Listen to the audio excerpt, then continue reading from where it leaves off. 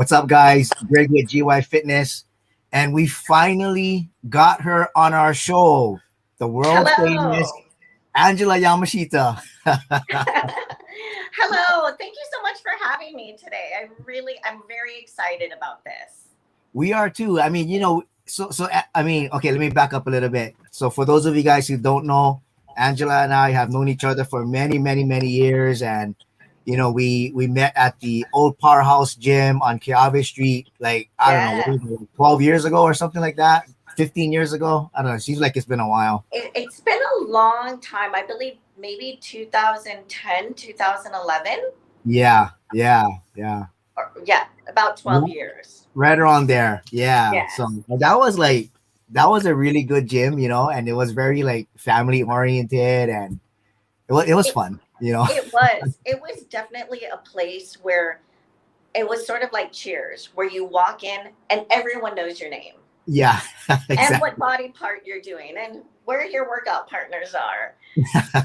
Exactly. Yeah, I missed that. It was really, really fun back then. It Um, was.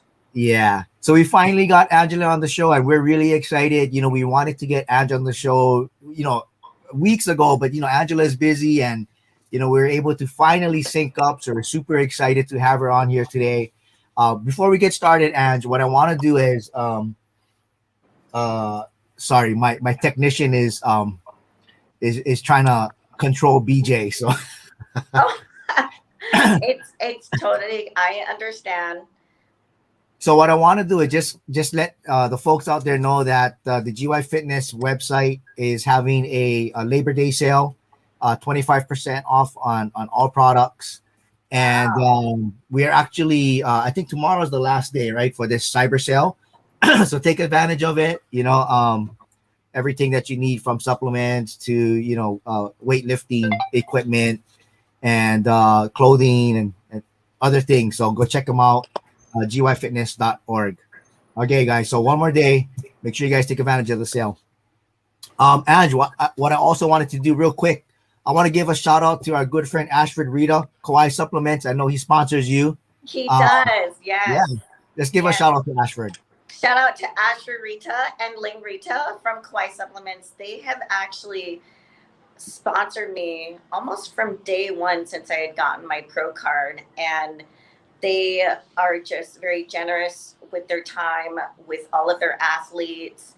And even though they're on another island, they're so supportive of everyone here in the islands, are very supportive of you too. Mhm. And just positive vibes from Ashford and Ling from Kauai Supplements. And I'm very honored to be a part of their team.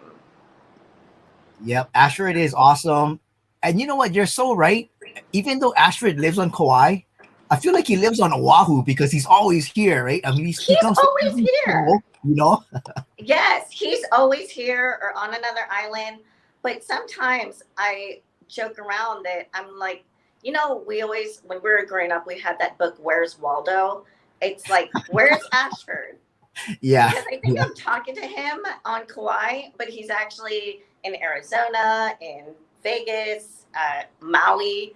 So China. He's in tracking China, device. right? He's Yes. everywhere. Yeah. Yep. Hey, Donovan. I just want to say hi to Donovan. He was a client of mine that was here a couple years ago, and he moved over to the mainland, so he's tuning in. What's up, Oh, Donovan? Shout out hi. to you, buddy. Yeah. But yeah, Ashford's everywhere. We love Ashford. He's always supportive of fitness and everything that we do here on Oahu.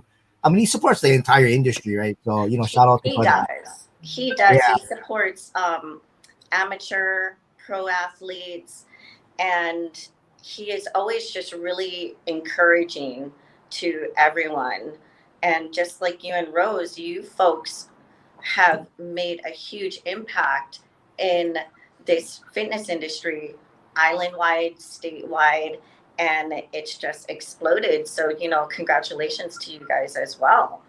Thanks, I see Anne. you guys. I Yeah. see you guys growing and growing, and so it's great to know such wonderful people like you folks who are supportive of all the athletes in this industry, not just yours, but all of them. Yeah. Thanks, Ange. Appreciate that. The kind words. And that means a lot to us, especially coming from you. So Really, really Hey, appreciate it. Jason. Oh, there he is. Yep, Jason Imamura. He can eat chicken katsu 2 weeks out from a show and still do well. This guy's metabolism is out the roof. Okay, I so let's know. yeah, so Ange, let's talk about you. We're here. We want to talk about you. We want to understand and know who Angela Yamashita is.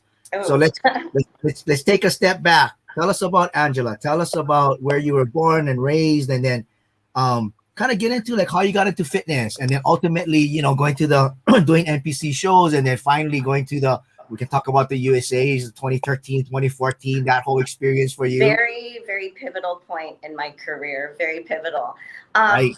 yes. So I am 40 years old. And I'm a mom, and I'm also a personal trainer. I was actually born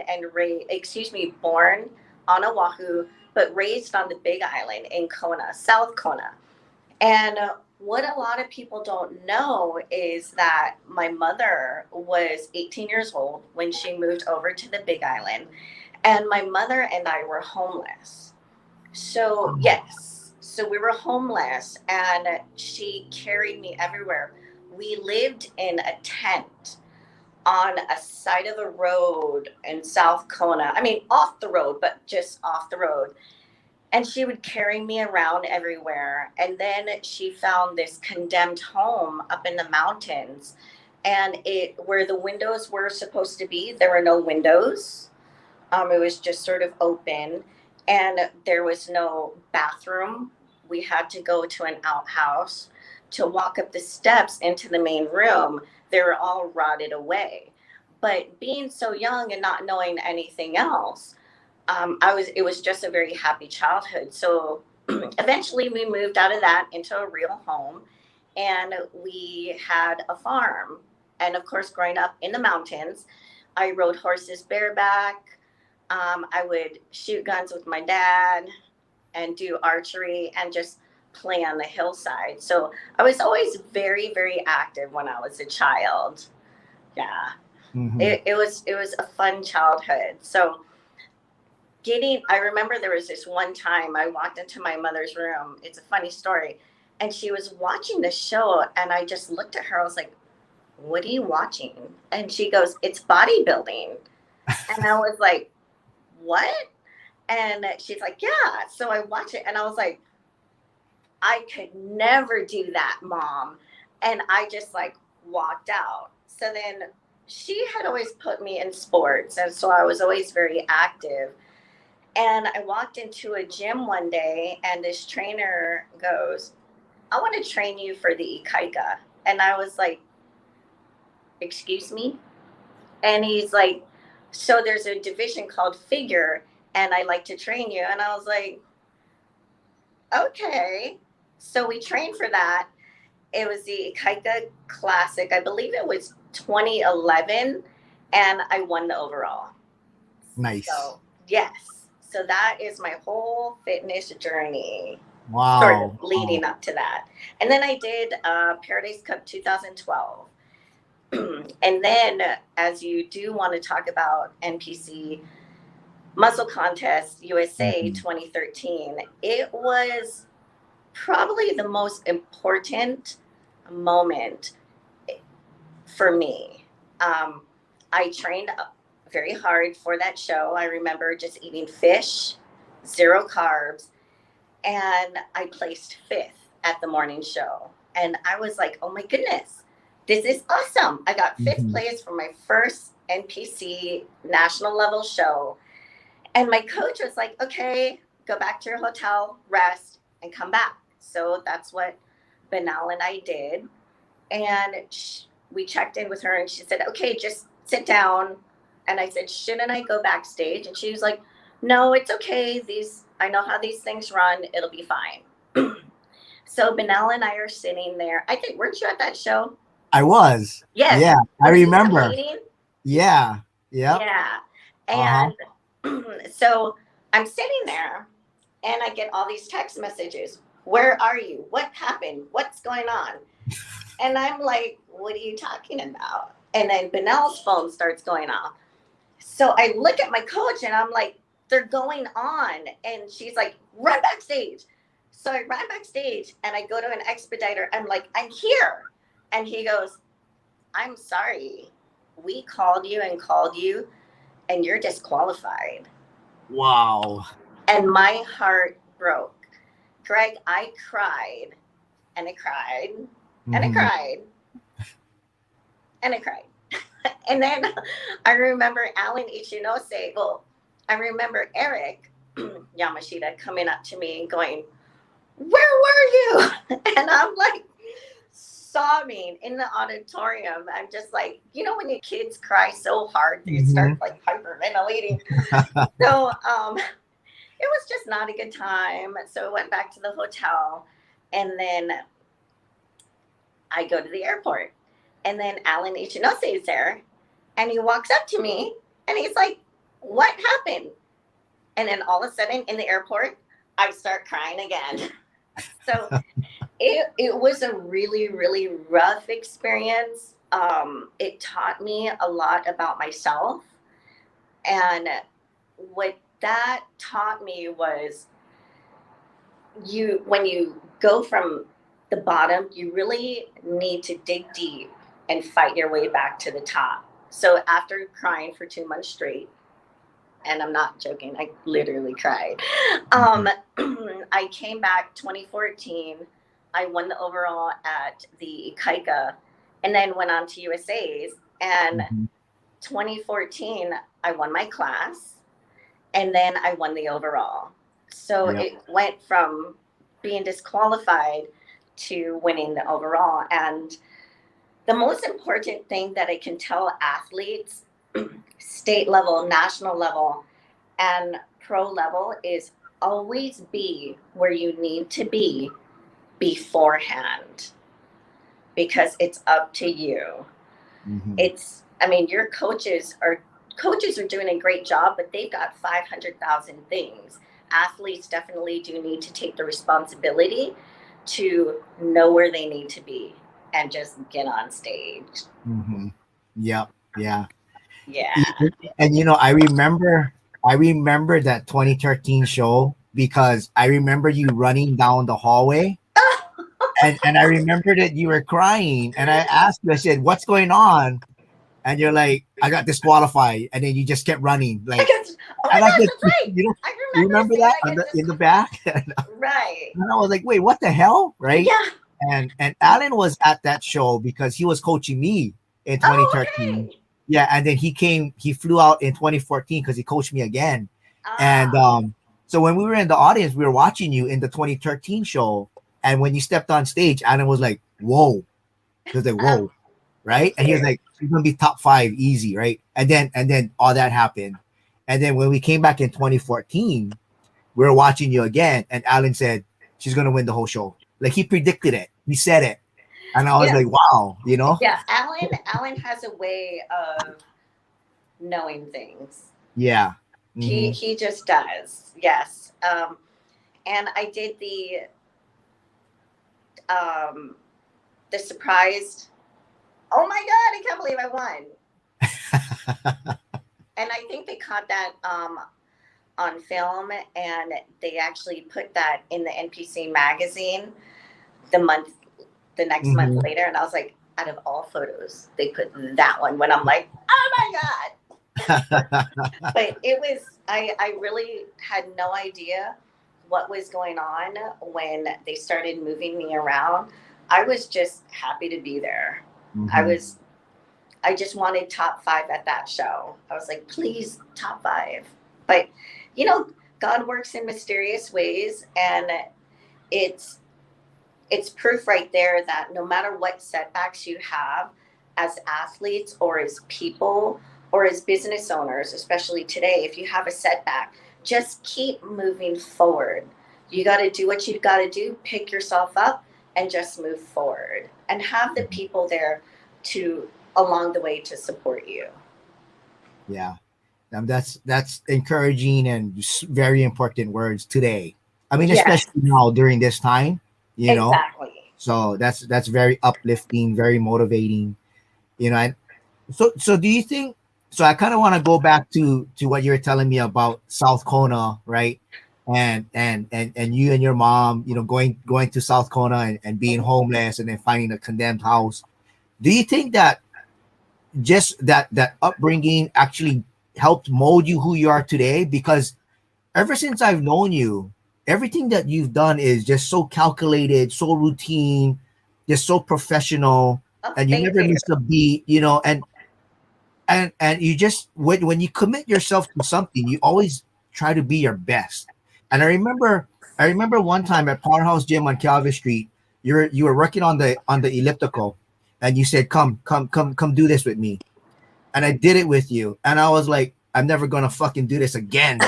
You know? I remember that. And you know what? I've never done the elliptical again ever since that day when I tried to do it with you. But do you think that upbringing helped mold you who you are today? The upbringing and my mother. I have to give a huge shout out to my mother. I would wake up, excuse me, and she would work 3 jobs just to make ends meet. And there would be times when I was very young where she would leave early in the morning and be like, okay, you and your sister, just the typical be home before dark. Mm-hmm. There's food for you. So we would play and everything. And then my mom would come home and feed us dinner, and then she would do it again. So I had to be responsible. I had to manage my time at a very young age and know exactly what am I going to do from this time to this time? What needs to be done? And I remember my mother growing up, she would say, if you're going to do something, you do it right. And there are some things that you're going to do that you don't want to do, but you still need to do it right. Mm-hmm. And she had one magnet on her refrigerator the whole time I was growing up. And it said, no whining at all. Mm-hmm. If we would complain about something, even as adults, she would just tell me, you know what?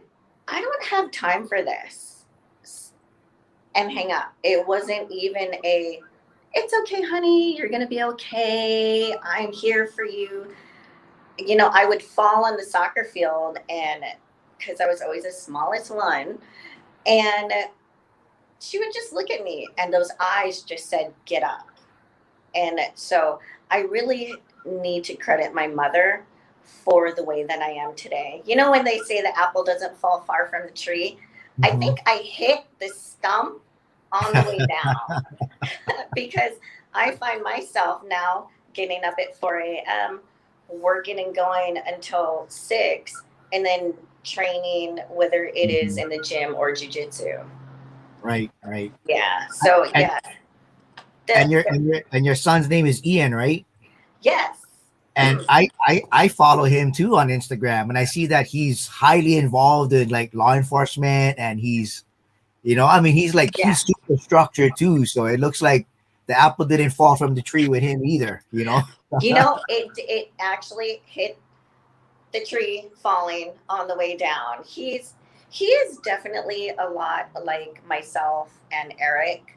Um, he's he has a very huge heart, and he's very supportive of his father and I, but he's also very driven. He already knows what he wants to do with law enforcement, and we're very proud of him for that. Hmm.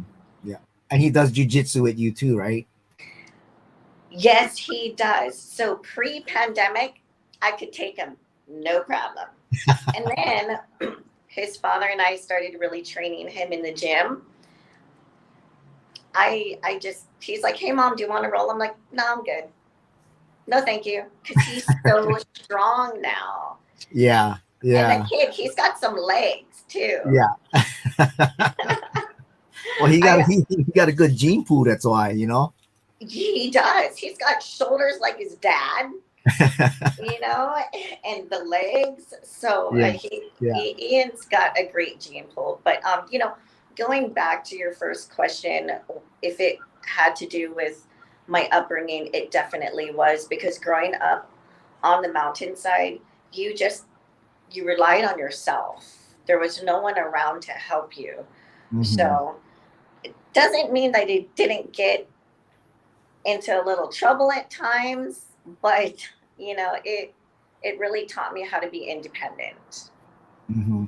And do you think so? Do you think, Angela? Do you think that, like, I mean, a lot of us, right? That when we were growing up, we have these stories of not being like, I mean, my parents weren't rich, right? I mean, I came from a pretty humble family. We lived on in the countryside in Kaneohe, and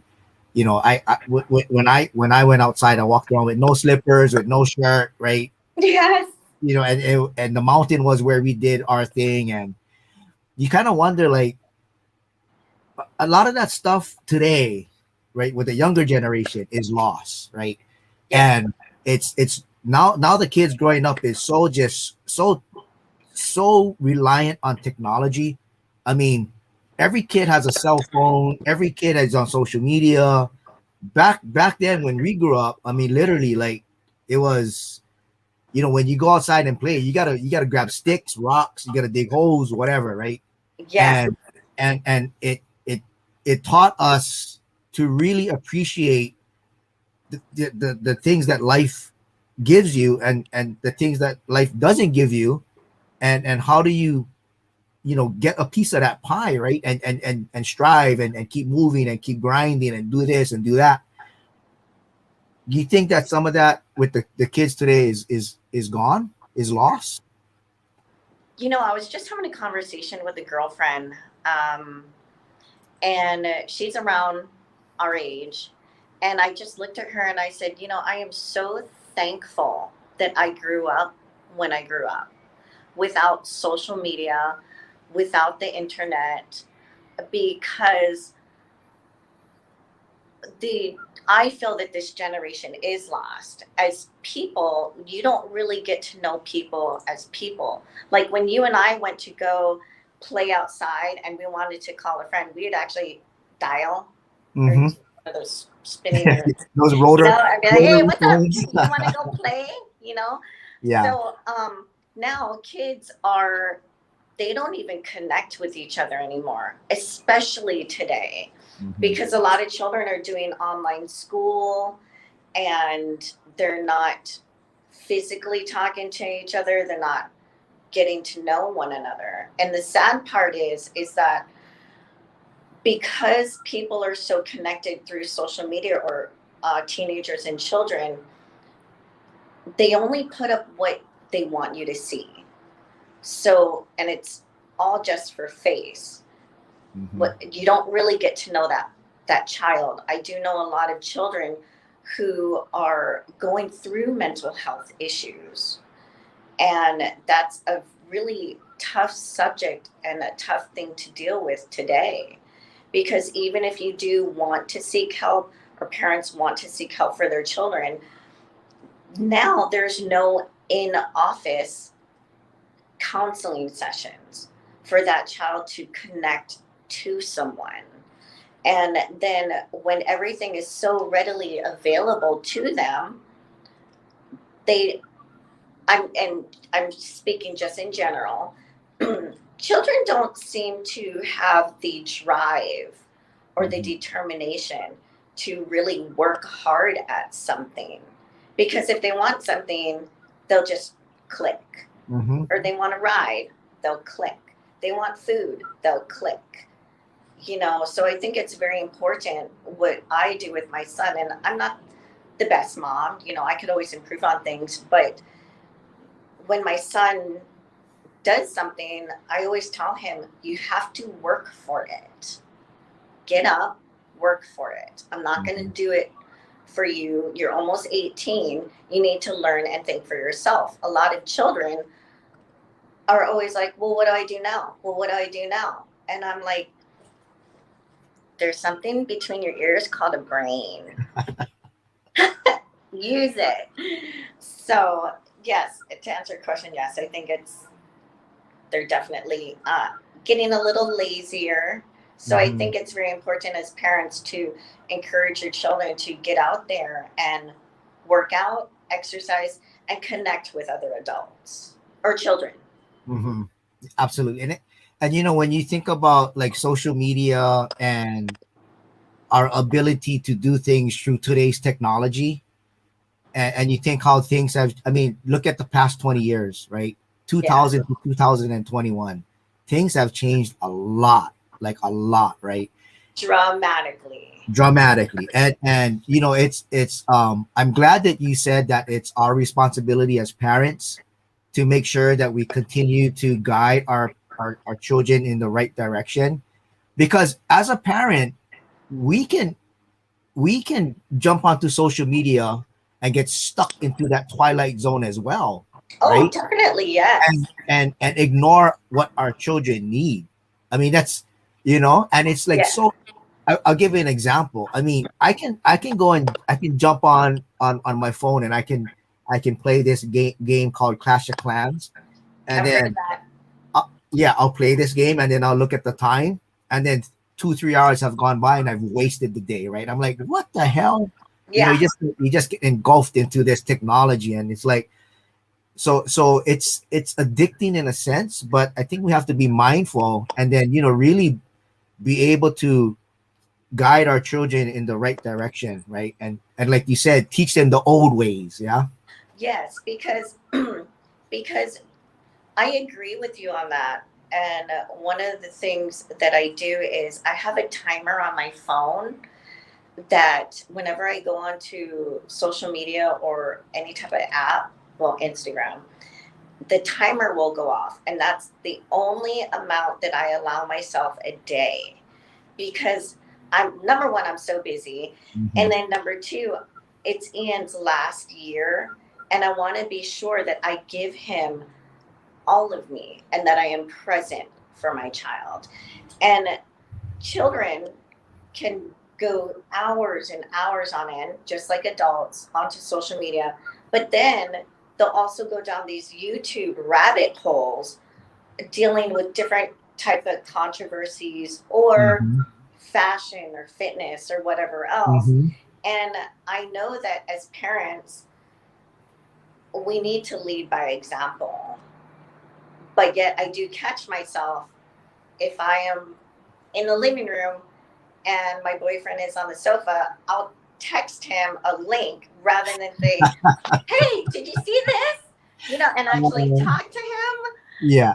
Yeah. So I think as a society, for those of us who see that social media and YouTube and our phones are taking over, if we could just disconnect, because what I don't think people remember is that DM, that email can wait. Mm-hmm. It'll be there when you open up your phone. I always tell people, if you really need to get a hold of me, Yeah. call me. You know, Exactly. and I know that you and I have called each other a couple of times if it's like important. It's like, hey, Aunt, and I'm like, yay, you know. Yeah. But you know, like I said, I'm not the best mother or person in the world, but that's just what I do. Mm-hmm. And but I watch Netflix and I binge on Netflix, but I make sure that all my emails are answered before I just kind of zone out. Right. Or you can binge on Netflix when you're doing cardio, getting ready for your next show, you know. Yes, that's Make the very time true. pass. That's very true. But because I'm older, I have to wear glasses. So it gets all sweaty and Yeah. and fogs up because you have to wear your mask now. Yeah. You know, well, at least I have to. Yeah. Yeah. It's a different time today, you know. It is. It's let me just touch on one thing, and then we're gonna transition into something else. So Rose and I, we pretty much work from home, right? And we've been doing it for a while now. And we catch ourselves being super lazy too. So if I'm upstairs and she's downstairs, she'll actually call me. And I'm like, really? You calling me from downstairs? Like, can you walk up 20 stairs and, like, you know, and No, say we can't. just too busy, right? It's like, whatever. But anyway, okay, let's pivot. Let's answer this question real quick from Michael. This is for you, Ange. What is your ultimate fitness competition goal? Hi, Michael. Great question. Um, Surprisingly, it does not have anything to do with bodybuilding. My ultimate fitness competition goal, just to do it, is probably the IBJJF World Masters Jiu Jitsu competition. That is definitely something that I would like to do. Masters division, because I have no business going up against any 20-year-olds. But jujitsu is just such a different sport for me. When I am in the gym for bodybuilding, I am present. I know what I need to do. I have my headset on, I have my trainer, but I still think about life. I still think about work. Whereas jujitsu, I have to be totally present, all there, because whenever I start rolling with someone, I have to know, what can I do to be on the offense? What about defense? Can I counter a move that they just did? What am I going to do next? And, learning a new sport that's totally different from bodybuilding, I love it because I'm actually a student again. And, I'm not too sure how it is for you, but we have been in this industry for so long. Sometimes it's great to just step outside in the industry to appreciate another sport, to challenge ourselves. So that's my ultimate fitness competition. And I'm very scared. I don't No, think you're it'll not. happen anytime soon. I've never known Angela to be scared. She's always never been scared. Nervous, very nervous, very nervous. She's Because I, excited, she's anxious yes, to get in there and yeah. whoop some ass. When is that competition? Do you have like a date set or a goal Actually, set? no.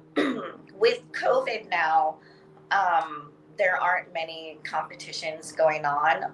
Mm-hmm. Or if there are competitions going on, you know how it is traveling back into the state. What is it going to be like? Mm-hmm. So I decided to just put that on hold. It's still on the back burner. But you know me, anything that's on the back burner is going to move to the front really soon. It's gonna happen. I can It's going to guarantee. happen. Yeah, it will. Yes, yes. And everyone's like, I want to go to your first tournament. I'm like, no, stay away. Nobody wants it. Don't watch me. Nothing to see here. So Angie just got done competing at the Pittsburgh Masters Pro. Yes, I had taken about 4 years off. The Mm-hmm. last show that I did was the Hawaii Pro. I placed fourth, third or fourth in the Open, and then I won the Masters. I decided to give bodybuilding a little break and do jujitsu. And then the pandemic hit last year. And my mom, excuse me, one of my girlfriends, Suzanne, had said, you look really good. You should actually try bodybuilding again.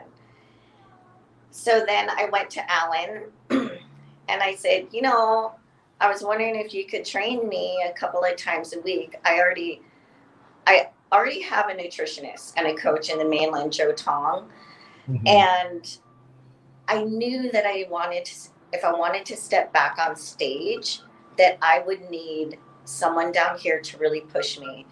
So then Alan said that he was like, well, I don't want to see you twice a week. I want to see you 5. And I was like, oh man, great. So, but I was very happy and excited about the show. And I did really well. I placed second behind a woman named Edith Driver, great athlete, Mm-hmm. beautiful woman. She's a mom also. She's 49 years old. And she took the 35 and over, 40 and over, 45 and over, and then she went on to the Tampa Pro. So she's a great athlete. But yes, I'm very, very happy with, hey, there's Zoe and Mama Zoe, Mm-hmm. um, with how I did. Awesome. Yeah, and you took a pretty long break, right? I mean, the last one you said was the Hawaii Pro. That was probably what, 2000, and was that 17 or 18? 2017, that's 17. correct. Okay. Yeah. Yeah. That's a four year break, man. Wow, that's It awesome. was a very long break, but during that time, I made sure to stay in the industry, and then I started judging here in Hmm. Hawaii. Yeah. Yeah, I mean, you're always in shape, Ange. So Oh, thank you. let's talk about the judging. So you're an NPC judge in Hawaii, Yes. and what are some of the things that you would tell competitors? That's, I mean, as a judge, right? I mean, what would you tell them or give or advice you would give them? Like, for example, a lot of guys compete, but they never ask for judges' feedback, right? You know, So what would you tell these guys out there? Like, hey, this is what you need to understand when you get into a show and you compete as a judge. as a judge, I would definitely, the first thing I would suggest to an athlete, if it is their first show, that number one, listen to your coach. I think that, I mean, I know I'm straying away from a judge's standpoint, but as a judge and as an athlete, I always tell first time competitors, listen to your coach. You pay your coach, and obviously you've chosen them. So listen to them. Don't ask another coach, hey, this is what my coach and I are doing. What do you think? Or Mm-hmm. you go up to Chemo in the gym who's lifting heavy back, and they're like, hey, my coach wants me to do this. What do you think? Mm-hmm. That is one thing that I always tell people is don't do that. Just don't. Because you're the information that your coach has is specific just for you. And the only way that you're really going to meet your goal is by listening to your coach. Um, and that coach, keep that coach for your second and third show. Because the word bodybuilding, you separate it, it's body building. Mm-hmm. Your coach is going to help you grow into that athlete that he knows that you can be. And that coach, so my advice is don't jump from coach to coach. You know, get feedback after you do your competition and share that feedback to your coach. And Mm-hmm. that's something that you can work on. And I have seen it many, many times with athletes. The next show, they'll come back and they do have those improvements. And you know what? We recognize that as judges. It's wonderful to see. My second advice as a judge would be always know that there's only one winner. Mm-hmm. And when you see these Instagram posts of this is how I looked, but the guy who won, this is how he doesn't look good in this. And it's just my whole thing is, you know what? As judges, you need to trust us. You can't be an Instagram judge. Mm-hmm. You know, you can sit out in the audience, but if you're not right there where we are, you can't see the fine details that we see. And a lot of people tend to forget it's not a popularity contest. Mm-hmm. Um, Being a judge here in Hawaii, yes, I do know almost every single competitor, and I really enjoy talking to everyone, but it is the symmetry, the conditioning, your presentation, and your posing that really, really counts. You could have really great posing, but your conditioning might be off. So that's something that they'll need to work on, or they've got great conditioning, but they can't pose in order to bring out the best physique that they have. So there's so many different components that we judge on, and then we also judge down on the final details. And the great thing about having a judging panel is that everyone has different opinions. Mm-hmm. One judge might think that competitor number 5 looks better. I might think competitor number 7 might look better. They both look great, but it's just maybe let's take for bikini or wellness or figure, the female side. A suit color might not look well on their skin tone, or their earrings could be way too long, covering up their chest or their delts, or their hair color would be blonde. And one of the biggest advice that I give women is that have your hair dark. The stage lights are so bright that you just look better, your hair looks healthier. And that's actually one of the key things. If they go on NPC News online, the criteria is healthy hair. Your hair and your jewelry and your skin tone, it really counts, as if it's good, definitely counts towards your placing, rather than a woman who does not. If she's got a peach colored suit and really long earrings and her tan is really off, she might drop down. And it definitely affects your physique when you're up there. Yeah.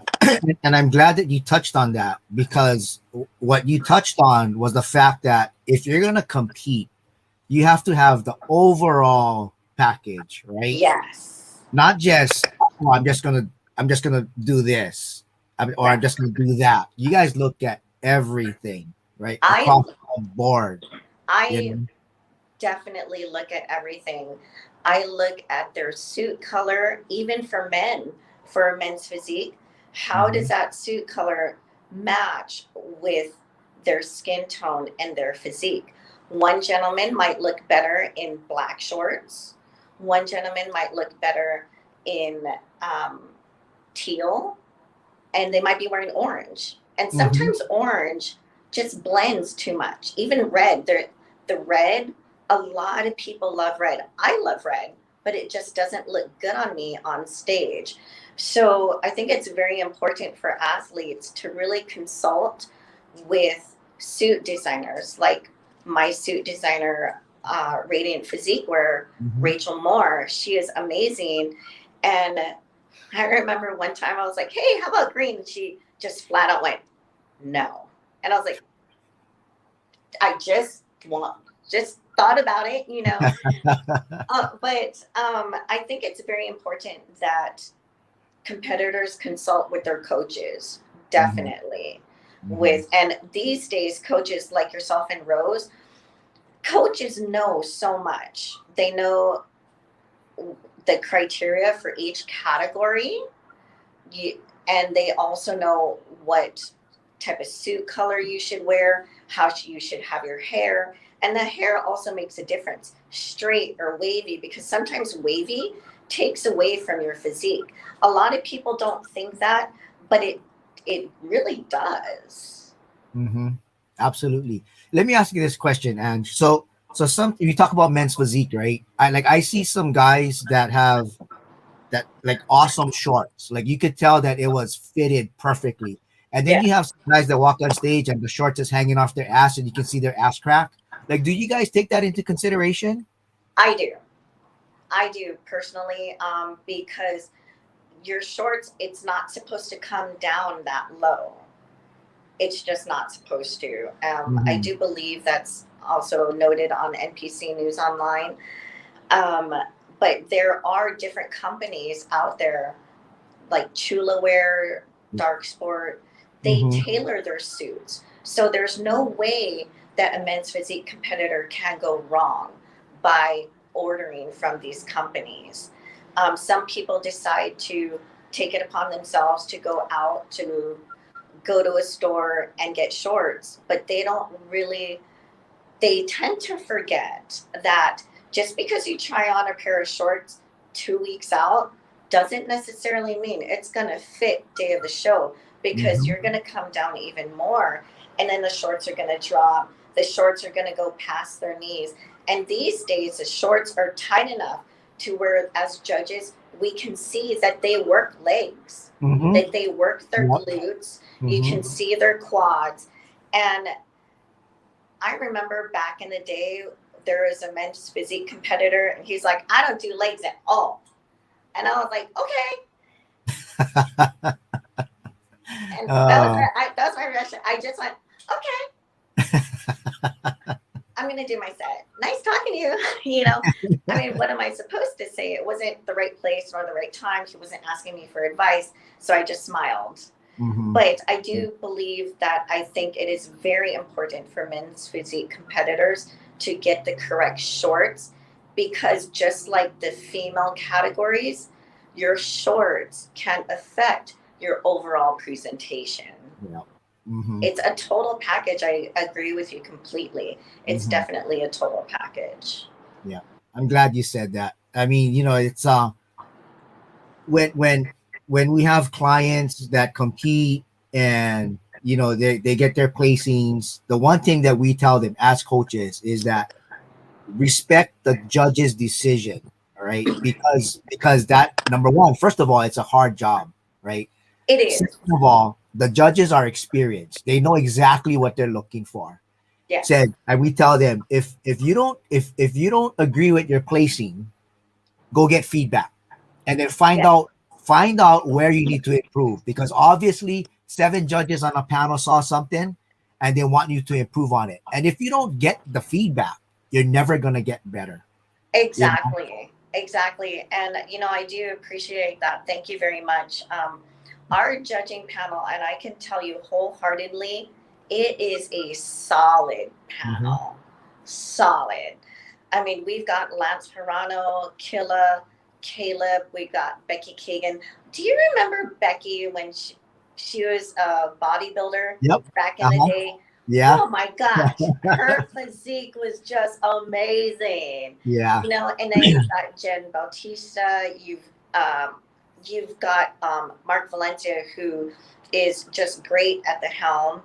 And what I really like about Mark is that he really does want feedback from the two sides. Mm-hmm. He's always asking us, what do we think? How do we feel? And we give it to him, and he does listen. As you know, we drop the high score and the low score, so you've got 5, and then we average it out, and that's how we get our placings. Mm-hmm. I do feel, now I'd like to touch upon the feedback. Feedback is very, very important for anyone who steps on stage, whether you are going to continue or not. Always ask us for feedback. And what happens when I receive your email, because I'm the expediter for that, I get your email and your photos, and I forward it to all the judges. They'll give me their feedback, and then I'll cut and paste, and then I'll send it back to the competitor. I do feel the most important people who should get feedback are the overall winners. Mm-hmm. The overall winners, first place, second place, you folks are the ones who are going to be continuing on to nationals or to another show. And I think it's very important that they get the feedback from us so that you can take that to your coach and they can dial you in even better for that next show. Mm-hmm. Absolutely. It's very important. And what I love about our judging panel is that all the judges on that panel have competed mm-hmm. or are still competing. So one of the main reasons why it was so important for me to do Pittsburgh Masters is because I wanted the athletes here in Hawaii to know that I know what it's like being tired, drained, still having, as parents, for some of us who do have children, taking care of the kids, doing laundry. I got to go fill gas. I have to go to Costco, grocery shopping. It's not all glam. Mm-hmm. It's hard work. It's blood, sweat, tears, no sleep, waking up every morning going, oh man, and just going into that grind again. So it was very important for the athletes here to know that when you're on stage, I know what you went through. Mm-hmm. I see you up there. I see all the hard work that you put into it, and I can appreciate everything that they've done. Yeah. And the thing is that a lot of, and we tell this to our clients too, right? Everybody looks good when they're by themselves. Oh, but I was a rock star by myself. I was like, hey, look at me. You're but right. When you get into that lineup, that's what you guys see. you know, and you guys make the comparisons, right? Yes, So that's the difference, you that know. is the difference. One key thing, the two key things that we as judges that I have noticed for feedback is number one, conditioning and posing. Mm-hmm. Your conditioning and your posing will make or break that first place or second place. So I always tell athletes, and I'm sure you tell this to competitors or all coaches do, you might be tired, but there is someone else who is also tired, but they're working harder than you are right now. So it's up to you to have that mindset to keep pushing. Push as hard as you can. And when you don't think you can push anymore, keep pushing Mm-hmm. because it's worth it. Yeah. Yeah. And I think that's what a lot of folks don't understand is that when they see you, Angela, or when they see the competitors that are very successful, and obviously everybody wants to achieve your look or you know the professional look, they have to understand that there's a price to pay to get there, right? There And it and that price to pay is hard work, dedication, no sleep, being able to juggle a full-time job, kids, Costco's, all that stuff. You know, it's not easy. It what I tell people all the time is like Instagram is wonderful. It shows you the end picture. It It doesn't does. show you the blood, guts, and tears that got that person to where they're at. You know. Exactly. People don't see me at 4:15 in the morning with my hair just like all like this. And you know, sometimes I wake up in the morning and I'm like, my boyfriend must love me because I look hash. I look terrible. I'm like, oh my goodness. So there's so much that competitors and people don't see that we all go through, or that other competitors don't go through.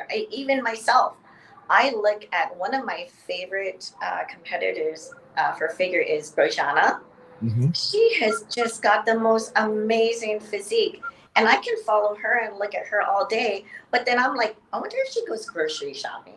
You know, I wonder what time she wakes up. So we people and competitors need to also remember that as pro athletes, we are people too. Mm-hmm. We are definitely people too. One thing I would like to touch upon for judges is that competitors also need to understand, like I just said, that we're people too. If you have something or an opinion that you would like to express, please come up to us, Mm-hmm. talk with us. If you have a question, I always tell competitors that you can DM me. If you have a question, you can email me, or I will set up a time on my weekends to do a FaceTime or chat with the competitors. Some competitors ask, will you take a look at me? Of course, I'll take a look at you. I'll also take a look at you, with your coach and Mm-hmm. let you know what I think. And it's free. They don't have to pay me at all for me to chat with them, FaceTime with them, or sit down with them. Because when I first started out in this industry back in 2011, I didn't have as much support as these athletes do today. And I always want to support everyone who's up and coming in this industry. I mean, shoot, if anyone out there wears a size 5 heels, I've got an extra pair, I'll give it to you. I'm willing to help you that way too. So I really love being a judge. It's very fulfilling. I love it. I can't tell you enough how much I love seeing the smile on competitors' faces when they win. I mean, it when they cry, I'm like, oh, I want to cry. It's great. Yeah. And the let me just jump on what Angela just said. You know, the one reason why we love Angela so much is because she has dedicated her life to fitness, like honestly, and she has dedicated herself to the succession of all athletes. And we've actually sent, some competitors to you to go for you to look at them, Yes. and you look at them, no cost. I mean, you do it out of your own busy schedule, and you find the time, right? Yeah. And you give them feedback. And the folks out there, I mean, if you're serious about competing, and if you really want to take your physique to that next level, then you guys have to reach out to the pros. You have to reach out to Angela, the judges, and you got to get their feedback, because otherwise, I mean, as coaches, we can only do so much, right? Right. But we even as coaches, we need the eyes of the judges too, to help us guide the athletes to where they need to be. And it's important for them to reach out to you folks. And I gotta say this, I mean, I don't know any other judges out there that's more willing than you are, and like, hey, you know what? Yeah, come see me. Let me help you. Thank And you. it's like, it's just, I think Alan has this whole mentality about giving back, right? Yes. Giving back to the. Yes. I think you have that exact same mentality. Like, you've been there, you've done that, and you want to see, like, legitimately, you want to see these people succeed, right? And I do. that's golden. I really do. And, going back to Alan, he's been a great influence on my life, just this past year with business and wanting to give back to the community. And I think we all need to do that. I mean, we always hear that same thing. Bodybuilding is a very selfish sport. It is very true. Bodybuilding is a very selfish sport. And I have been very selfish at times, taking time away from my family and just thinking about myself. But we are not selfish people, though. Mm-hmm. You can be very successful in this sport and still be able to give back and to send the elevator back down and to let people rise up. I'm very fortunate and very blessed that when I stopped competing, I was able to still help people in this way. Mm-hmm. Yep. Yeah. And Angela's always approachable, guys. I So am. I am. Please she's the come and nicest talk to me. person. Yeah. A lot of people are like, oh, they'll DM in, oh, I saw you, at Safeway. And I'm like, why didn't you talk to me? Yeah. I'm always willing to talk to people. Yeah, absolutely. Yeah. Okay, so we're coming up to the hour, and what I want to do is I want to pull up your Instagram real quick. Sure. And for those of you guys out there that have questions, or you guys questions about competing, reach out to Ange, right? Definitely reach out to her. They can DM you, right? Yes, of course. Okay.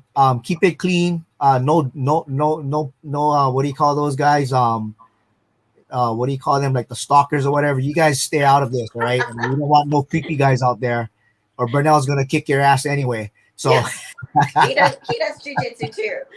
yeah, so keep it clean, guys. But definitely hit Angela up, because she has a wealth of knowledge, Thank and you so much. she's been doing this fitness stuff for, I don't know, how many years already. Actually, I know we're ending, but I don't know if you remember Chris Faldo had Yep. done a Hawaiian Hurricane Challenge where it was an obstacle course and bikini. And that was my very first show. Eric Wow. coached me, of course. Wow. So I can't remember what year that was. Was that when World Gym was around? Gold's Gym on Gold South Gym Street. on South Street. Yeah, yeah. That was way before Powerhouse, right? That was way before Powerhouse. Yes. Yeah. Yes. Wow. Okay. So I'm old. I qualify as old school now. You're an OG. I am an OG. Yes. All right. Awesome. Yeah. No, but definitely hit Angela up, guys. If you guys have any questions, comments, feedback, if you guys are competing, the Sean Ray Classics is coming up, right?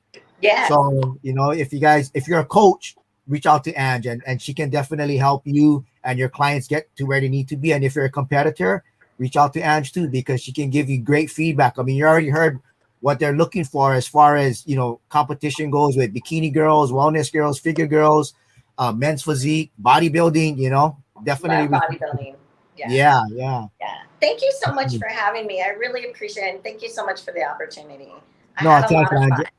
Yeah, and we'll definitely do this again. I mean, we definitely want to get you back on the show, especially when you go do your jiu-jitsu competition. You know, we want to hear how that went, you know, so Thank you. Yes. definitely put you back on.